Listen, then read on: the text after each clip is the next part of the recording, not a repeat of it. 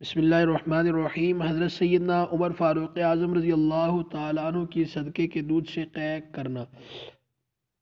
حضرت سیدنا عمر رضی اللہ تعالیٰ عنہ نے ایک مرتبہ دودھ نوش فرمایا کہ اس کا مزہ کچھ عجیب سا نیا سا معلوم ہوا۔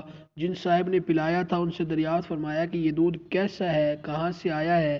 انہوں نے عرض کیا کہ فلاں جنگل میں صدقے کے اونٹ چر رہے تھے کہ میں وہاں گیا تو ان لوگوں نے دودھ نکالا جس میں سے مجھے بھی دیا۔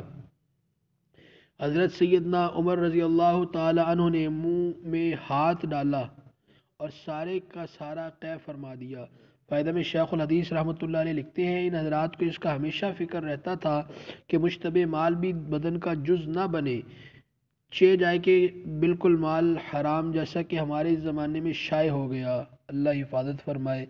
اللہ ہم سب کو رزق حلال نصیب فرمائے، حرام سے اللہ ہم سب کی حفاظت فرمائے، تقوی کی زندگی اللہ عافیت کے ساتھ ہم سب کو نصیب فرمائے، آمین۔